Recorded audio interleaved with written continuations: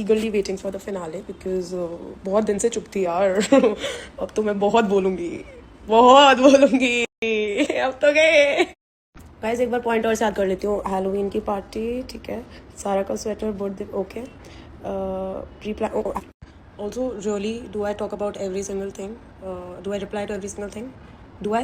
क्योंकि literally रोज मेरे ऊपर इतने ज़्यादा लालचन लगा देते हैं लोग लिटरली कि मैंने वो रिप्लाईज करना बहुत पहले बंद कर दिया था.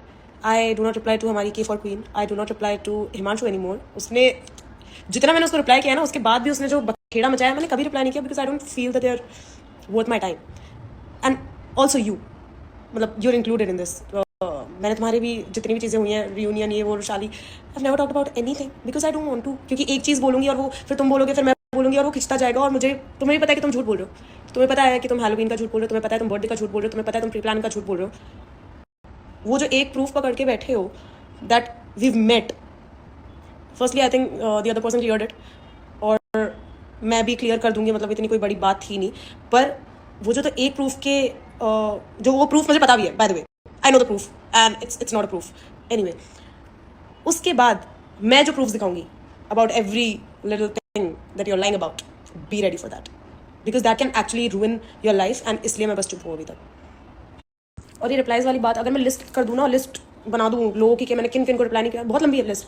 रॉन कुछ उल्टा सीधा बोल के आया, मोहित कुछ उल्टा सीधा बोल के आया, झलक चुप नहीं होती है, सौंदर्य अपने हर पॉडकास्ट में कुछ उल्टा सीधा बोल के आई है, हिमांशु भी चुप नहीं होता है, क्वीन चुप नहीं होती है.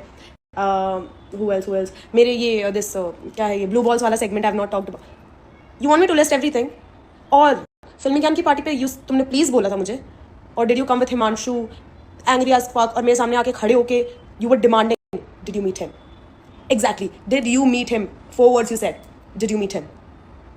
Arms crossed. Did you meet him? With an eye roll. You did the eye roll. And then I replied back by walking off. Because तुमने जो हरकत करी है with Saurabh, with your boyfriend, I don't even want to see your face. इसलिए I don't think you owe an explanation from me at all. इसलिए I walked off. Because I don't want to talk to you ever again.